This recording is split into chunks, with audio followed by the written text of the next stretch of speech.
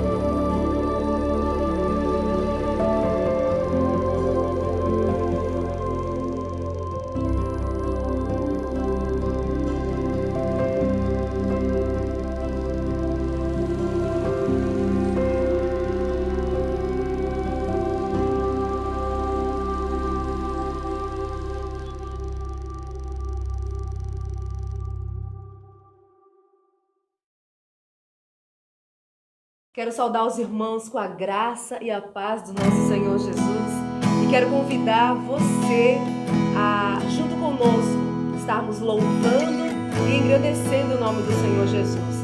Que privilégio estarmos juntos com a Igreja Marajoara, exaltando e adorando ao nome do Senhor Jesus. Santo Espírito, és bem-vindo no meu coração, és bem-vindo na minha casa, és bem-vindo neste lugar.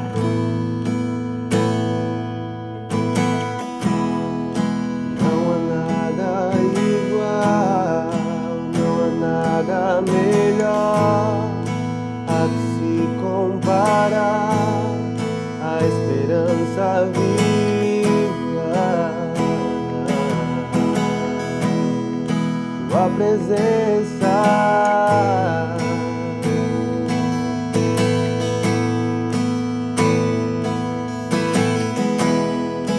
Eu provei e vi o mais doce amor que liberta o meu ser e a vergonha desfaz. Tua presença.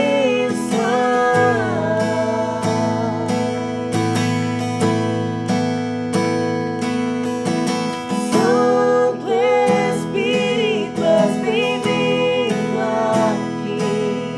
Vem inundar e encher este lugar. É o desejo do meu coração sermos inundados por tua glória, Senhor.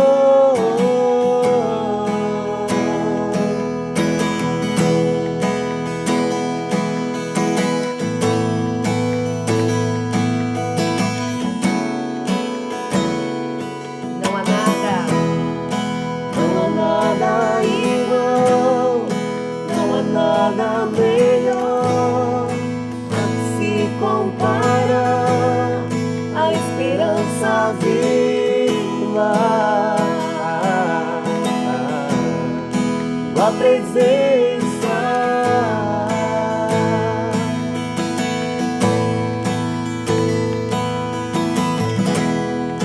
Eu provei e vi o mais doce amor que liberta o meu ser e a vergonha desfaz.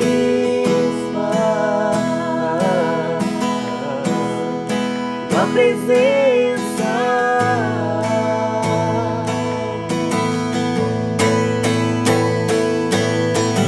Santo Espírito, és bem-vindo aqui. Vem inundar e encher este lugar.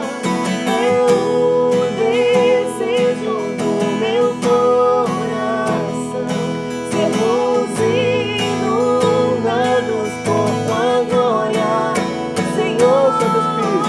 Santo Espírito, és bem-vindo aqui. Vem inundar e encher este lugar. É o desejo do meu coração sermos inundados por tua glória, Senhor.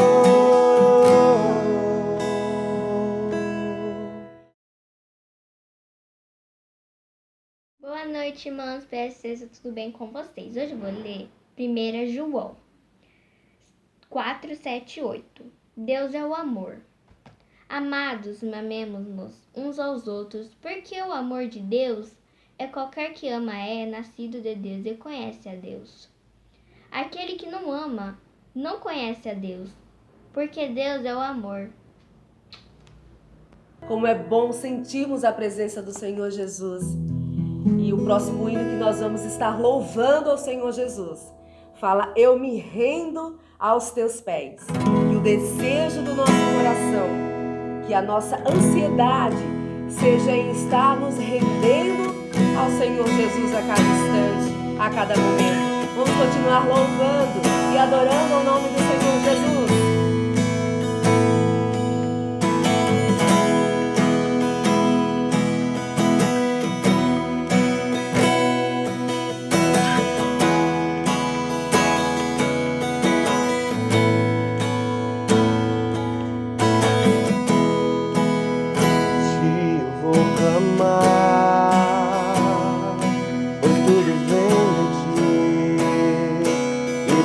está em ti. Contigo caminhar, tu és a direção, só me guiar. Tudo pode passar, teu amor jamais me deixará. Sempre há de existir nova manhã preparado pra mim.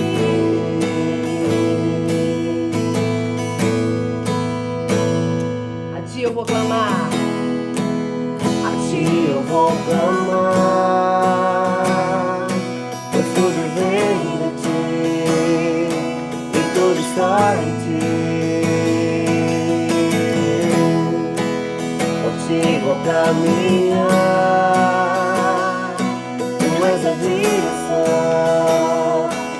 só me guiar. Tudo pode passar,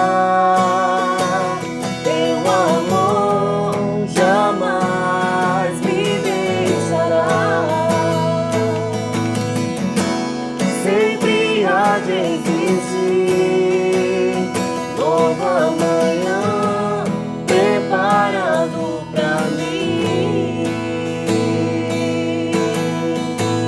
Preparado pra mim. Preparado pra mim.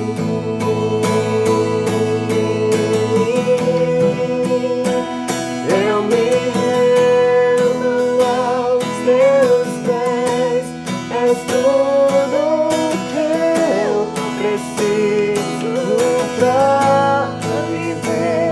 Eu me lanço aos teus braços, onde encontro meu refúgio.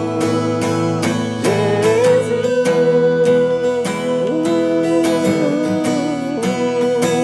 eis-me aqui.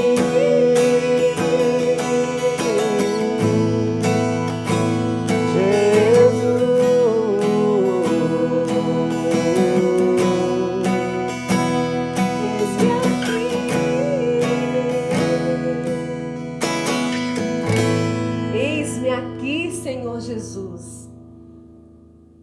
Que o nosso coração seja um coração dizendo: Senhor, eis-me aqui. Ainda que a figueira não floresça, que não haja fruto na vide, e o produto da oliveira minta, todavia eu me alegrarei no Senhor Jesus. Este versículo se encontra em Abacuque 3, 17 e 18.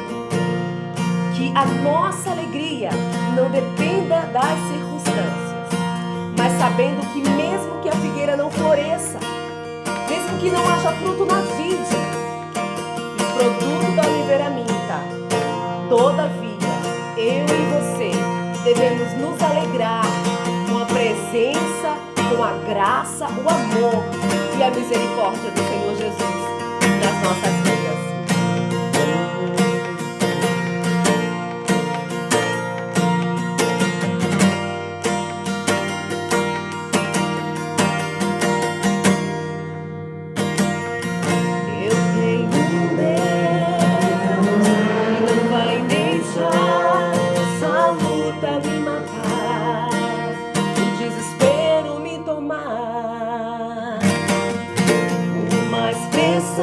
Que seja a situação, controle ainda está nas palmas de suas mãos. Eu tenho um Deus que não vai deixar essa luta me matar, o desespero me tomar. Uma expressão que seja situação, controle ainda está na palma de suas mãos. Choro dura uma noite, mas a alegria ela vem pela manhã.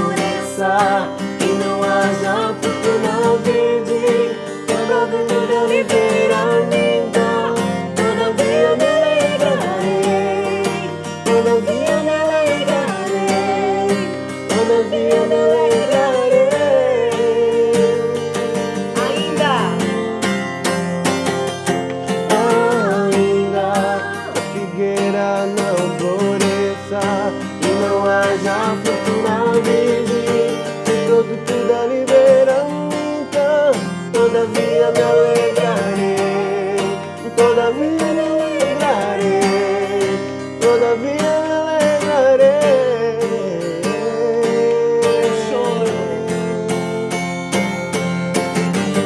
Choro dura uma noite, mas a alegria ela vem pela manhã.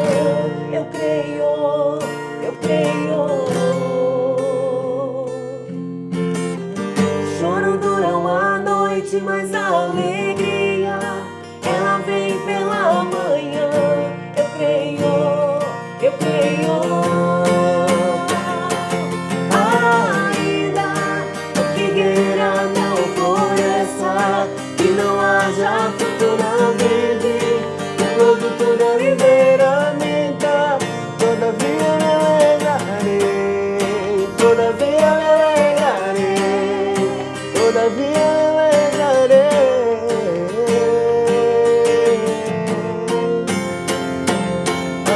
Ainda a figueira não floresça e não haja fruto na vide, o produto da oliveira minta, todavia me alegrarei, todavia me alegrarei, todavia me alegrarei.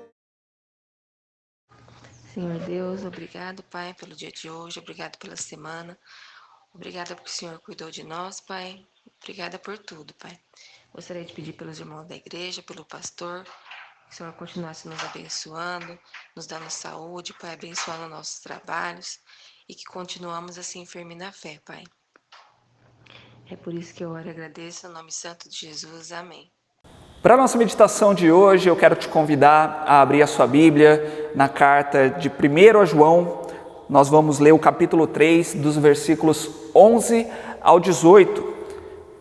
Se você tiver com dificuldade de encontrar aí, a carta 1 João está bem no final do Novo Testamento, tá? São 3 cartas ali que o apóstolo João escreveu. E nós vamos continuar a meditar a respeito do perfeito amor de Deus. Nós já temos entendido que esse perfeito amor só pode vir de Deus, né? Os homens não conseguem amar com esse amor divino, com esse amor que Deus tem. Os homens não podem amar vindo deles mesmos, né? Da sua própria vontade. Não é possível isso ao homem. Os amores que nós temos aqui neste mundo não se comparam ao amor de Deus, que foi uma decisão de nos amar, e Deus manifestou o seu amor através da pessoa de Jesus Cristo, que veio ao nosso mundo, viveu aqui, pregou a palavra de Deus, conheceu as nossas dores e morreu sacrificialmente, se entregou para poder pagar o preço pelos nossos pecados. Então, o verdadeiro amor é esse, né? É uma decisão e é também um auto-sacrifício. Então, hoje nós vamos ver sobre o mandamento que o Senhor também nos dá, que nós devemos amar uns aos outros. Nós devemos amar o nosso próximo como a nós mesmos. Então, vamos ler o texto bíblico e meditar a respeito dessa ênfase. Diz assim a palavra de Deus: esta é a mensagem que vocês ouviram desde o princípio, que nos amemos uns aos outros. Não sejamos como Caim, que pertencia ao maligno e matou seu irmão. E por que o matou? Porque suas obras eram más e as de seu irmão eram justas. Meus irmãos, não se admirem se o mundo os odeia. Sabemos que já passamos da morte para a vida, porque amamos nossos irmãos. Quem não ama permanece na morte. Quem odeia seu irmão é assassino, e vocês sabem que nenhum assassino tem vida eterna em si mesmo. Nisto conhecemos o que é o amor. Jesus Cristo deu a sua vida por nós e devemos dar a nossa vida por nossos irmãos. Se alguém tiver recursos materiais e vendo seu irmão em necessidade, não se compadecer dele, como pode permanecer nele o amor de Deus? Filhinhos, não amemos de palavra nem de boca, mas em ação e em verdade. Então a ênfase aqui é baseado no mandamento de Jesus Cristo, de nos amarmos uns aos outros, de amar o nosso próximo. Nós já vimos então que Jesus resumiu todos os mandamentos em amar a Deus, né, com todo o nosso coração, alma, entendimento e forças, e também amar o nosso próximo como a nós mesmos. E nós já vimos aqui também que para o ser humano, amar com esse amor divino é impossível.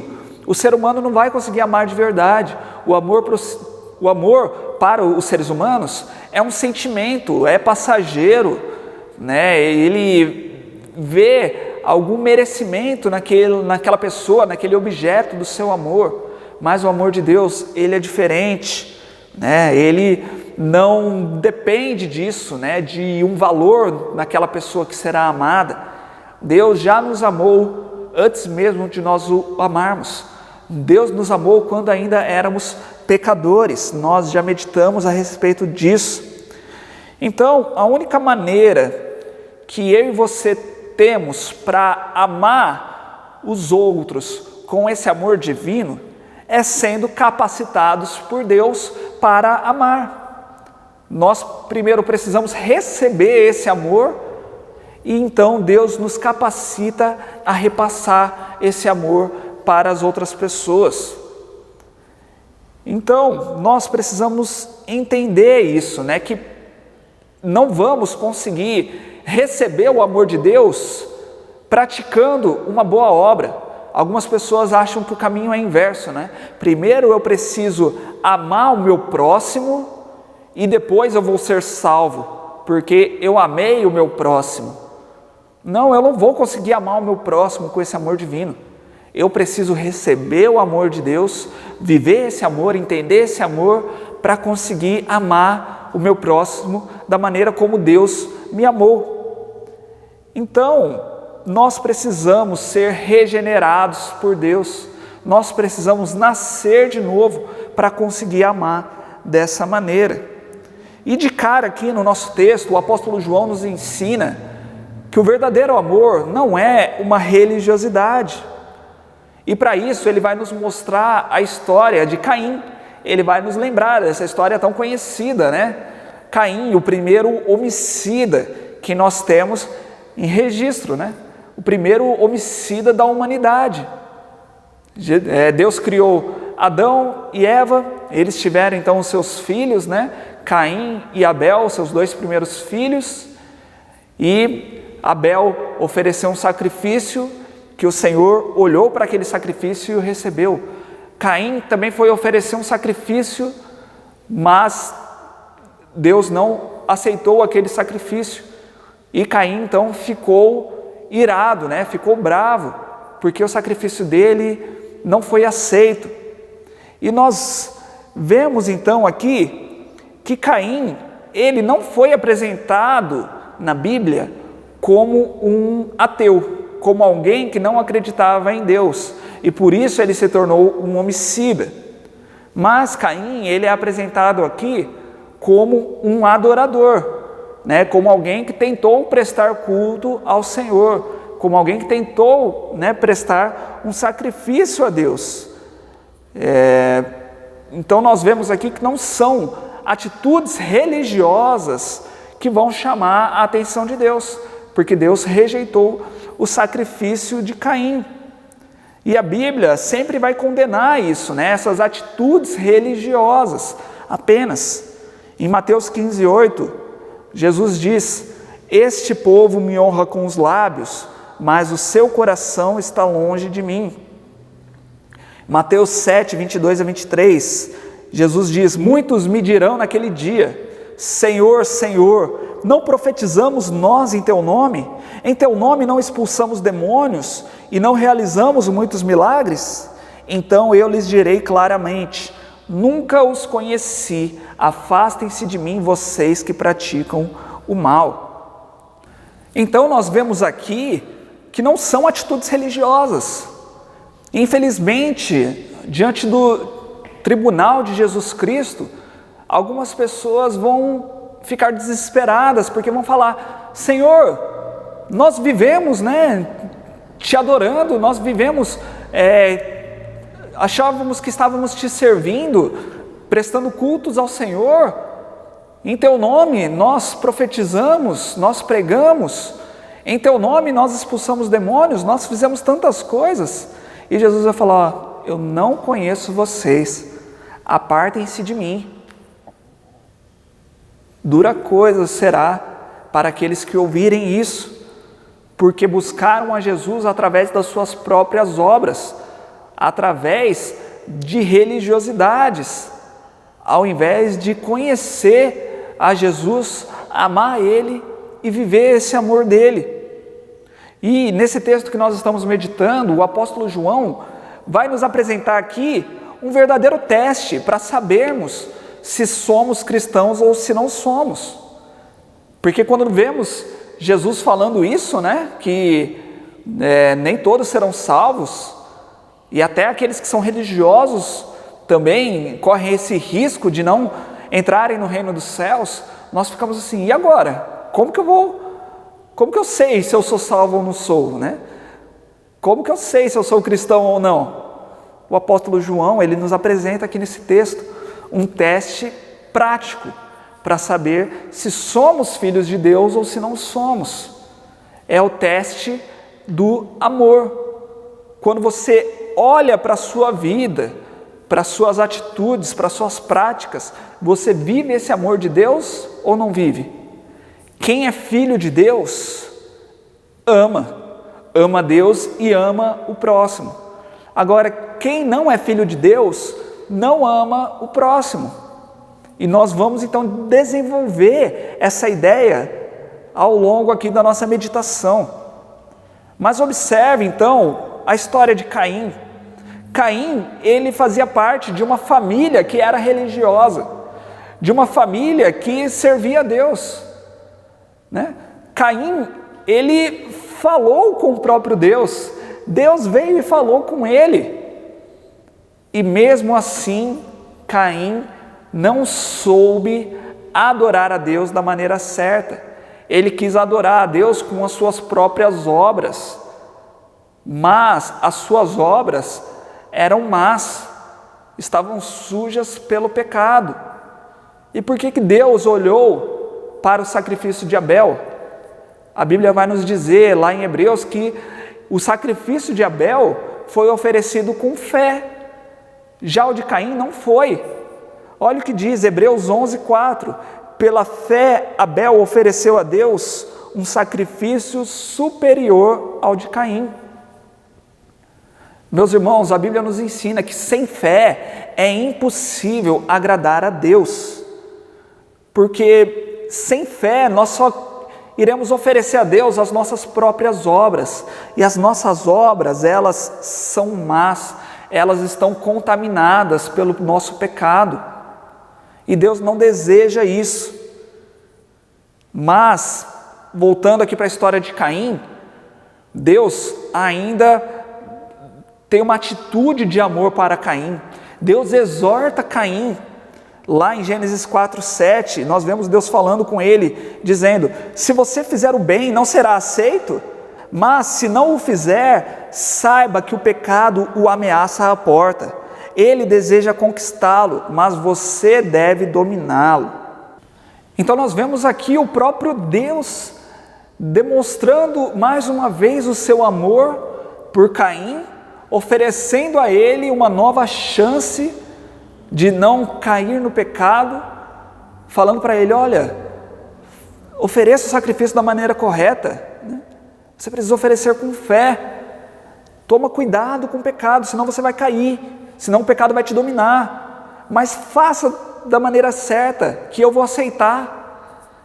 Mas mesmo assim, Caim rejeitou essa exortação de amor do próprio Deus, e deu ouvidos então ao seu próprio orgulho, à sua própria vontade, deu lugar à sua própria vaidade, à sua inveja, e ele só queria saber das suas próprias obras, mas as suas obras eram más.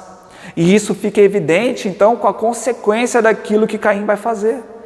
Ele vai matar o seu próprio irmão, que não havia feito nada de mal para ele. Seu irmão apenas teve o seu sacrifício sendo aceito por Deus. E Caim então fica com essa inveja do seu irmão. E a Bíblia nos diz então que Caim foi usado por Satanás. Como ele não deu ouvidos a Deus, ele ficou nas mãos de Satanás. Jesus nos diz que Satanás, ele é o homicida e mentiroso desde o princípio. Então, fica claro aqui que desde o princípio, Satanás já estava ali querendo agir, né?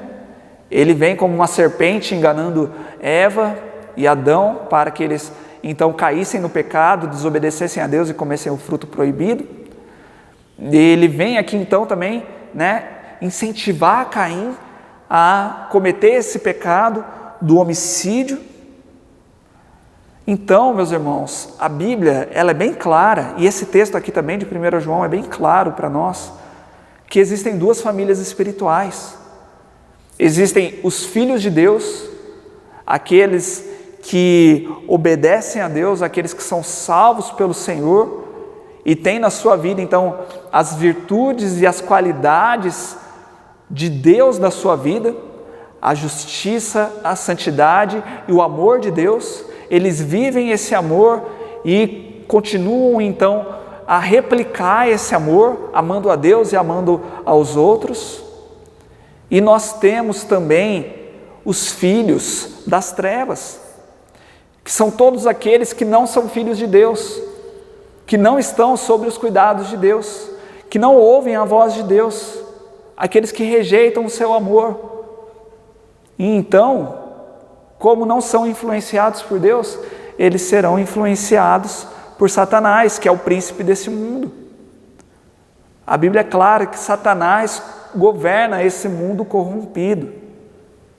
Mas precisamos tomar um cuidado aqui, abrindo um parêntese, né? Que não podemos pensar que então são duas figuras parecidas, né? De um lado Deus, do outro lado Satanás, né? Que eles têm o mesmo poder, e então Deus do lado do bem, Satanás do lado do mal, mas eles estão em constante disputa, né? Disputando forças e tem uma força equilibrada. Não é isso. Deus expulsou Satanás do paraíso.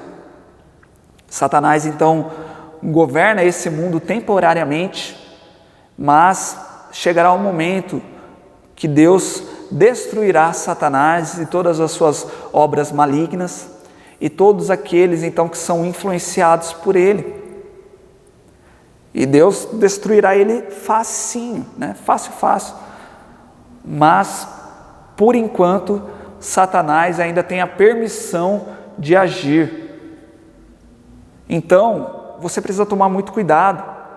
Quando você olha para a sua vida, né, você já pode fazer esse teste. Você é filho de Deus ou você é filho das trevas? O que você vê na sua vida, na sua prática, nos seus pensamentos, nos seus sentimentos, corresponde a um filho de Deus ou de um filho das trevas? E você pode estar pensando, mas eu não sou como Caim, né? Eu nunca matei ninguém, eu nunca tive o desejo de assassinar ninguém. Não é verdade? Mas o texto continua. O versículo 15, ele diz: quem odeia seu irmão é assassino, e vocês sabem que nenhum assassino tem a vida eterna em si mesmo. Jesus, ele fala a mesma coisa lá em Mateus 5, 21 e 22.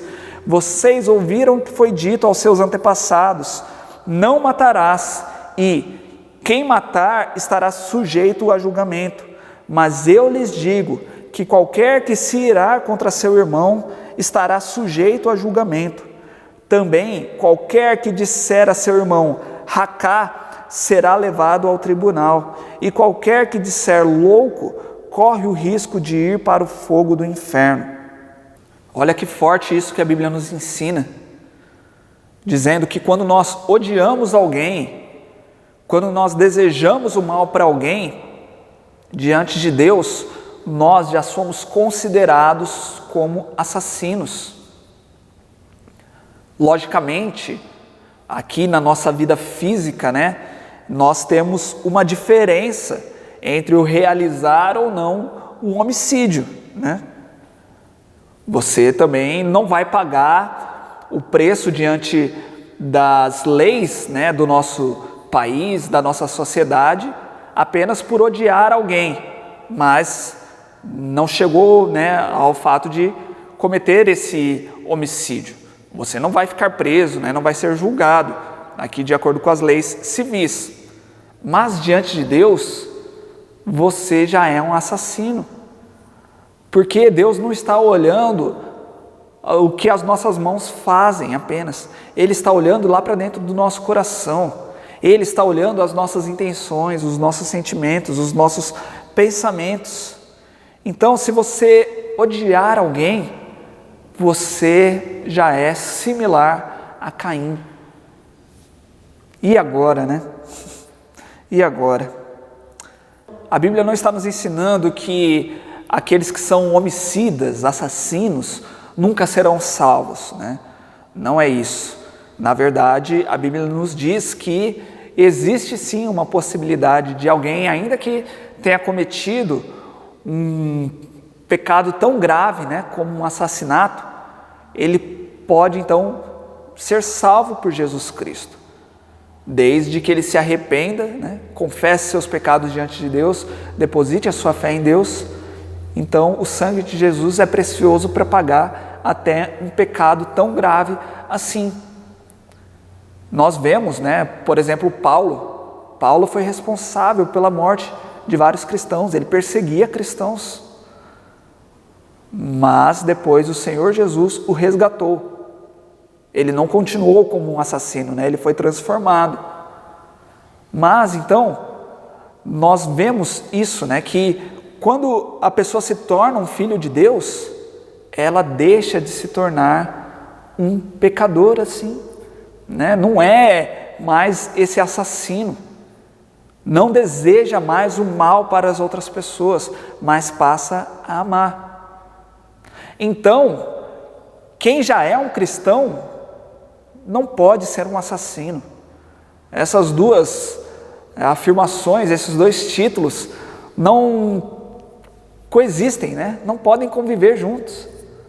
Um cristão que odeia outras pessoas, isso não existe, simplesmente não existe.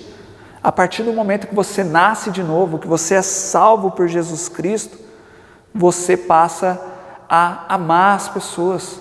Você não tem mais um ódio, você não vai desejar o mal, você não vai mais se utilizar de palavrões, né, de xingamentos para com as outras pessoas, mas você vai desejar o bem, você vai ter misericórdia para com as outras pessoas e você vai desejar que o amor de Cristo alcance todas as pessoas. O versículo 14 nos diz: sabemos que já passamos da morte para a vida porque amamos nossos irmãos. Quem não ama permanece na morte. Então nós temos aqui claramente esse teste para a nossa vida espiritual. Será que eu sou salvo? Como eu posso saber isso? Se eu amo ou se eu odeio as pessoas? Diante das circunstâncias difíceis da sua vida, quando alguém te prejudica, você odeia aquelas pessoas? Você deseja o mal para elas? Ou você consegue amar até mesmo aquelas pessoas que não merecem ser amadas? Então, é um verdadeiro teste para a nossa fé, para saber se somos filhos de Deus ou se não somos. Tá, então como que eu amo essas pessoas? O texto nos mostra, versículo 16... Nisto conhecemos o que é o amor. Jesus Cristo deu a sua vida por nós e devemos dar a nossa vida por nossos irmãos. Olha, muitas vezes nós queremos concentrar o nosso amor naquelas pessoas que são especiais, naquelas pessoas que nós vemos que merecem algo, naquelas pessoas que nós temos por perto, aquelas pessoas que nós gostamos. Mas não é isso que o texto está nos dizendo aqui, porque geralmente nós nos utilizamos de algumas desculpas para não amar outras pessoas, né? Nós falamos, meu tempo já está muito ocupado, né? Eu já me dedico amando outras pessoas, não posso amar mais outras pessoas. Mas o texto aqui é claro de que o amor é um verdadeiro sacrifício. Jesus Cristo, ele veio se sacrificar, entregar a sua própria vida, chegou ao ponto de morrer de uma forma terrível para nos salvar, pecadores que não mereciam essa salvação. Dessa mesma maneira, nós devemos amar o próximo. E o apóstolo João, ele vai continuar nos dizendo que nós precisamos dedicar esse amor para aquelas pessoas que estão necessitadas. Quando nós vemos pessoas próximas a nós que estão passando por dificuldades e que estão precisando de um auxílio, nós devemos ajudá-las, porque nós temos esse amor de Deus, esse amor que nos alcançou nos momentos mais difíceis da nossa vida, quando nós estávamos na miséria, e agora nós precisamos dedicar esse amor para essas pessoas. E não estou falando aqui em uma situação apenas de necessidade de alimento, né, ou necessidade financeira. Logicamente, esses momentos também são momentos em que nós devemos atuar, nós devemos ajudar. Mas quantas pessoas estão precisando de uma companhia? Quantas pessoas estão precisando de uma amizade? E muitas vezes não queremos dedicar o nosso tempo para essas pessoas. Muitas vezes não queremos dedicar o nosso esforço, não queremos dedicar as nossas horas, né, o nosso dinheiro. Nós precisamos aprender o que é esse verdadeiro amor de Deus e colocar ele em prática na nossa vida, amando o próximo. No versículo 18, o apóstolo diz: filhinhos, não amemos de palavra nem de boca, mas em ação e em verdade. E isso aqui é mais uma vez um chicote nas nossas costas, né? É mais uma vez uma exortação, uma puxada de orelha para nós. Porque quantas vezes nós amamos apenas de boca? Quantas músicas bonitas nós cantamos, né? Tem uma tão conhecida, né, que diz: somos corpo e assim bem ajustados, totalmente ligados, unidos, vivendo em amor, uma família sem qualquer falsidade, vivendo a verdade. Será? Muitas vezes só cantamos isso, mas quando chega durante a semana, no dia a dia mesmo, nós não vivemos esse verdadeiro amor. Nós não nos preocupamos com os outros, nós sequer oramos pelas outras pessoas, né? Quantas vezes vemos alguém necessitado? Quantas pessoas prometem, né? Não, eu vou orar por você, e depois se esquecem, não é? Isso é um amor apenas de palavra, mas o texto está nos dizendo que nós devemos amar em ação e em verdade. Ou seja, o meu amor tem que me tirar da minha zona de conforto, me dedicar mesmo para ajudar as outras pessoas. E quando ele fala que esse amor é de verdade, é porque as minhas ações não vão ser apenas porque eu preciso cumprir uma obrigação, né? Deus mandou, deixa eu ir lá, né? Deixa eu ajudar aquela pessoa. Não queria não, mas deixa eu ir. Não, eu preciso sim ajudar, mas meu coração também precisa estar disposto a querer ajudar. Eu sei que muitos momentos serão difíceis, né? Às vezes você tem que sair de madrugada para ajudar alguém. No fundo nós não queremos, né? Mas o nosso coração tem que ter esse desejo, né? De falar, não, mas também eu não vou deixar o meu irmão, né, de madrugada ali, precisando de ajuda. Eu quero sim ajudar ele, eu sei que custa, eu sei que é difícil, eu sei que eu tenho que sair da minha zona de conforto, né? Mas eu desejo sim ajudar. Não é porque, é melhor eu ajudar, porque vai que depois Deus pesa a mão sobre mim, né? Vai que depois Deus me castiga se eu não ajudar. Isso não é amar de verdade, né? Isso aí é amar por medo de ser castigado. Isso não é um verdadeiro amor. Então, nós devemos nos preocupar com isso. Devemos sim orar pelas pessoas, Mas, quando nós amamos, nós oramos e agimos. Nós fazemos algo para ajudar aquelas pessoas. Quantas pessoas nós vemos que precisam ouvir a palavra de Deus, que precisam conhecer mais do Evangelho de Deus, e quanto tempo nós dedicamos para ensinar essas pessoas a palavra de Deus? Quanto tempo? Se nós entendêssemos mesmo o nosso papel aqui como cristãos, o nosso papel de fazer discípulos, nós sairíamos muitas vezes da nossa zona de conforto para poder trabalhar em prol do reino de Deus, para ensinar a Bíblia para as pessoas, para estar com as pessoas, ensinar como um cristão vive, né? Para perdoar aquelas pessoas que vão nos ofender. Então, o verdadeiro amor, ele é sacrificial. Foi assim que Deus manifestou o seu amor por nós.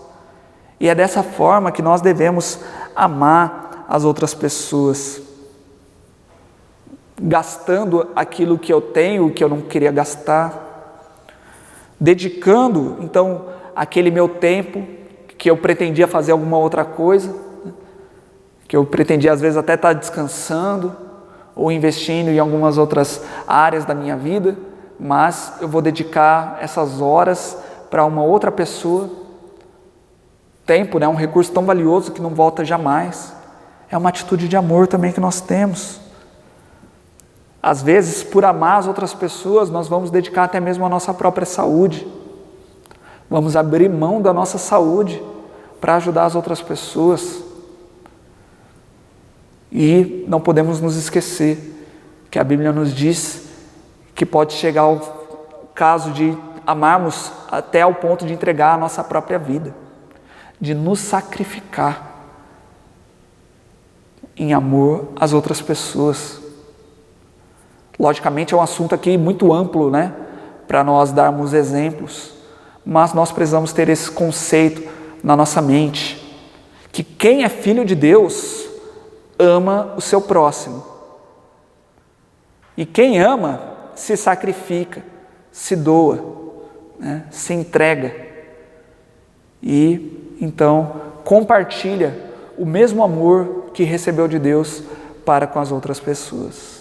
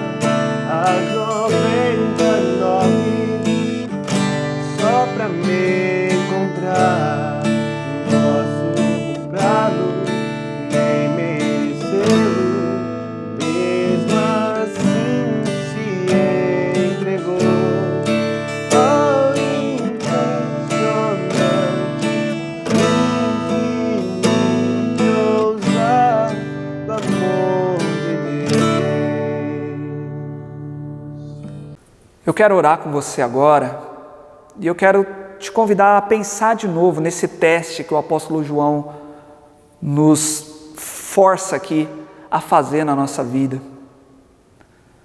Você ama o próximo? Jesus Cristo nos ensinou que o amor é a marca dos cristãos, que os cristãos seriam reconhecidos pelo amor.